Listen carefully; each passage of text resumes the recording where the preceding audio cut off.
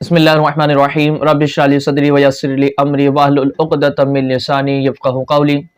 الصلاۃ والسلام علیک یا رسول اللہ، الصلاۃ والسلام علیک یا حبیب اللہ، الصلاۃ والسلام علیک یا رحمۃ للعالمین وعلی آلک واصحابک یا خاتم النبیین۔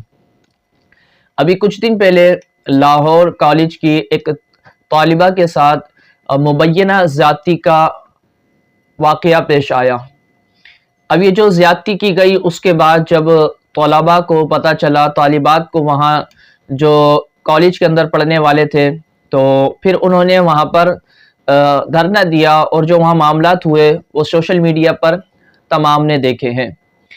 تو بہرحال آج اس ویڈیو میں جو آپ تک یہ پیغام پہنچانا کہ یہ جو معاملات درپیش ہوتے ہیں، زیادتی کے جو معاملات ہوتے ہیں، وہ چاہے کالج ہو یا بھی کسی بھی جگہ پر ہو، اس کا قصوروار کون ہوتا ہے، یہ کیوں ہو رہے ہیں اس طرح کے معاملات، اور اس کا قصوروار کون ہے، کس طرح ان واقعات کو روکا جائے۔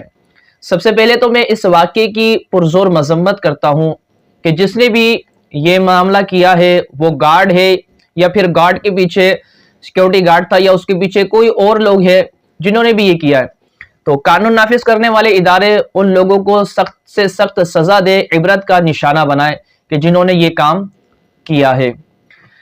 اور یاد رکھیے گا کہ ایسے جو معاملات آتے ہیں، ایسے جو واقعات ہوتے ہیں، وہ کیوں ہوتے ہیں؟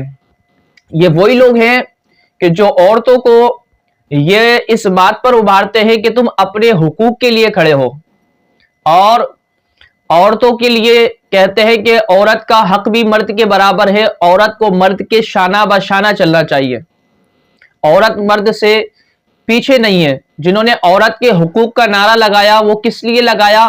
کہ عورت بھی مرد کی طرح ہمارے ساتھ چلے، مردوں کے ساتھ ساتھ رہے، مردوں کے ساتھ کھائے پیے، اجنبیوں کے ساتھ وہ اختلاط ہو تو پھر ان لوگوں کا کام آسان ہو جائے گا۔ یعنی ایسے لوگوں نے یہ نعرہ لگوایا اور ایسے لوگوں نے اس طرح عورتوں کو ابھارا کہ اپنے حقوق کے لیے لڑے۔ اب ایک بات یاد رکھیے گا کہ اپنے حقوق کے لیے لڑنا اس وقت بندہ لڑتا ہے کہ جب اس کو اس کے حقوق نہیں دیے جا رہے ہوں۔ اسلام نے عورت کو جو حق دیا ہے وہ کسی بھی مذہب کے اندر نہیں دیا گیا۔ آپ زمانے جاہلیت کے اندر دیکھ لیں، میرے مصطفیٰ کریم علیہ السلام کے دنیا میں تشریف لانے سے پہلے کہ عورتوں کو زندہ دفن کر دیا جاتا تھا، ان کو اپنے پاؤں کی جوتی پر رکھا جاتا تھا، ان کو جس طرح معاملات کیے جاتے تھے ان کے ساتھ وہ ہر ایک پر آشکار ہے۔ اگر آپ تاریخ اٹھا کر پڑھنا چاہے تو پڑھ سکتے ہیں، تاریخ میں سارے واقعات موجود ہیں۔ حدیث مبارکہ کے اندر بھی زمانے جاہلیت کے جو واقعات تھے ان کو بیان کیا گیا ہے، کس طرح عورت پر ظلم و ستم کیا جاتا تھا۔ میرے مصطفیٰ کریم علیہ السلام نے ان عورتوں کو جو حقوق دیے اس سے پہلے حقوق نہیں دیے گئے۔ زمانہ جاہلیت کے اندر جس طرح ان کے ساتھ ظلم و ستم کیا جاتا تھا، حدیث مبارکہ میں بہن کے اپنے حقوق کے، ماں کے اپنے حقوق کے، بیوی کے اپنے حقوق کے، جس طرح ان سے سلوک کرنے کا، وہ بہرحال میں ان کے فضائل کی طرف نہیں جاؤں گا، ویڈیو ہماری کچھ لمبی ہو جائے گی۔ بتانا یہ مقصد یہ ہے کہ شریعت نے، اسلام ہمارا جو دین ہے، عورت کے بہت زیادہ حقوق دیے، تو اب کس بات کے حقوق کے لیے یہ عورتیں لڑ رہی ہیں؟ اور کچھ ایسے ہیں لبرل قسم کے شخص ہیں جو اپنی ہوس مٹھانے کے لیے، اپنی ہوس بجھانے کے لیے عورتوں کو اس بات پر لے کر آ رہے ہیں اور اس طرح کے ان سے نعرے لگوا رہے ہیں کہ عورتوں کے ان کے حقوق دیے جائیں، عورتوں کو مردوں کے شانہ بہ شانہ چلایا جائے۔ تو یہ عورتوں کو مردوں کے شانہ بہ شانہ چلائیں گے تو پھر یاد رکھیے گا اس طرح کے جو زیادتی کے واقعات ہیں پھر ہوتے رہیں گے۔ عورتوں کو جو حکم دیا ہے، عورت کے معنی کیا ہے؟ اگر آپ لغت اٹھا کر پڑھیں تو عورت کے معنی ہے چھپانے کی چیز، اور اللہ کے محبوب دانائے غیوب صلی اللہ علیہ وسلم نے ارشاد فرمایا کہ عورت یعنی چھپانے کی چیزیں جب وہ نکلتی ہے تو اسے شیطان جھانک کر دیکھتا ہے، یعنی اسے دیکھنا شیطانی کام ہے۔ ابھی کہ عورت نکلتی ہے تو جھانک کر اسے شیطان دیکھتا ہے، ترمذی شریف کی حدیث مبارکہ ہے۔ اور یاد رکھیے گا اللہ تبارک و تعالیٰ نے قرآن مجید فرقان حمید میں ارشاد فرمایا، پارہ 22 سورہ احزاب آیت نمبر 33 میں، اور اپنے گھروں میں ٹھہری رہو اور بے پردہ نہ رہو جیسے اگلی جاہلیت کے بے پردگی۔ اس کے متعلق سید نعیم الدین مراد آبادی علیہ رحمۃ اللہ الہادی لکھتے ہیں کہ اگلی جاہلیت سے مراد قبل اسلام کا زمانہ ہے۔ اس زمانے میں عورتیں اطراتی نکلتی تھیں، اپنی زینت اور محاسن یعنی بناؤ سنگار اور جسم کی خوبیاں مثلا سینے کے ابھار وغیرہ کا اظہار کرتی تھی کہ غیر مرد دیکھیں، لباس ایسے پہنتی تھی جس سے جسم کے اعضاء اچھی طرح نہ ڈھکیں۔ اور افسوس موجودہ دور میں زمانہ جاہلیت والی بے پردگی پائی جا رہی ہے۔ یقیناً جیسے اس زمانے میں بے پردہ ضروری تھا ویسے ہی آج بھی ضروری ہے۔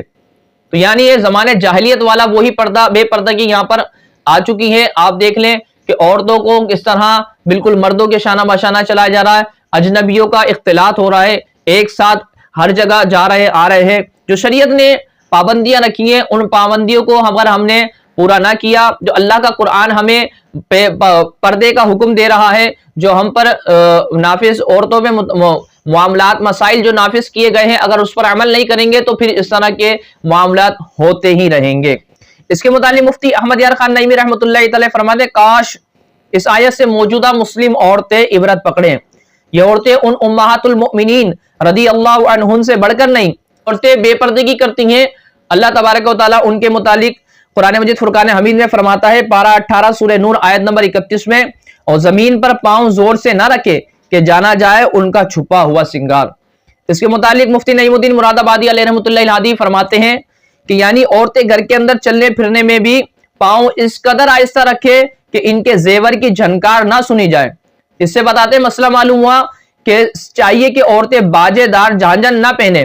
حدیث شریف میں ہے کہ اللہ عز و جل اس قوم کی دعا نہیں قبول کرتا جن کی عورتیں جھانجھن پہنتی ہوں، یعنی ایسا زیور پہننا کہ جس کے پہننے کے بعد آواز غیر مردوں تک جائے، باہر تک جائے، تو ان کی اللہ تبارک و تعالیٰ دعائیں قبول نہیں کرتا۔ اب خود اندازہ لگا لیں، جب ایک زیور جو جھانجھن دار ہے یعنی وہ جس سے آواز پیدا ہو رہی ہے تو وہ باہر آواز اس کی جا رہی ہے، ان کی دعا قبول نہیں فرماتا۔ جن عورتوں کی آوازیں گھر سے باہر جاتی ہیں تو ان کا کیا عالم ہوگا کہ جن کی عورتیں اس طرح گفتگو کرتی ہیں گھر کے اندر رہتے ہوئے، یا بے پردگی کے ساتھ باہر گھومتی ہیں، غیر مردوں سے کلام کرتی ہیں، تو ان کا کیا ہوگا۔ آج ہم کہتے ہیں ہماری دعا قبول نہیں ہوتی، تو دعا قبول کس لیے نہیں ہوتی؟ اسی وجہ سے نہیں ہوتی۔ آج ہم اپنے گھروں کے معاملات دیکھ لیں، اپنے گھروں کے حالات دیکھ لیں، تو یاد رکھیے گا کہ اللہ تبارک و تعالیٰ اور اس کے رسول صلی اللہ علیہ وسلم نے جو عورتوں کے متعلق حقوق ارشاد فرمائے ہیں، جو شریعت اسلام کے اندر عورتوں کے حقوق بیان کیے گئے اور کہیں نہیں بیان کیے گئے۔ یہ صرف وہ لوگ ہیں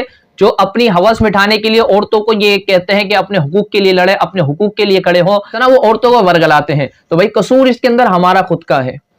قصور میں یہ نہیں کہوں گا کہ دوسرے تیسرے چوتھے کا، قصور ہمارا خود کا ہے کہ ہم نے اپنی ماں بہن بیٹیوں کو اس طرح کھلی چھوٹ کیوں دے دی۔ جو شریعت نے پردہ رکھا ہے اس پر قائم رہنا ہے، ہمیں قرآن و حدیث پر عمل کرنا ہے، ہمیں کسی لیبرل قسم کے شخص کے اوپر، کسی ڈاکٹر پروفیسر کے اوپر نہیں جانا، ہمیں جو عمل کرنا ہے قرآن و حدیث پر کرنا ہے۔ اللہ کا فرمان کیا ہے، اللہ کے رسول کا فرمان کیا ہے؟ عورتوں کو بے پردگی نہیں کرنی، اپنی آواز کو بھی چھپانا ہے، اپنے آپ کو بھی چھپانا ہے تو وہ چھپانا ہے۔ اگر آپ اس طرح بے پردگی کے ساتھ گھومتی پھرتی رہیں گی تو یاد رکھیے گا یہ ہوس کے جو پجاری ہیں وہ آپ کو اس طرح اپنے ہوس کا نشانہ بناتے رہیں گے، پھر اس طرح کے معاملات ہوتے رہیں گے۔ تو یہی ہے کہ ہم قصوروار ہم خود ہیں، ہمارا خود کا قصور ہے، تو اس طرح کے ہم اپنی ماں بہن بیٹیوں کو اس کی ترغیب دیں اور انہیں ان کاموں سے روکیں۔ اللہ تبارک و تعالی عمل کی توفیق عطا فرمائے۔ السلام علیکم ورحمۃ اللہ وبرکاتہ۔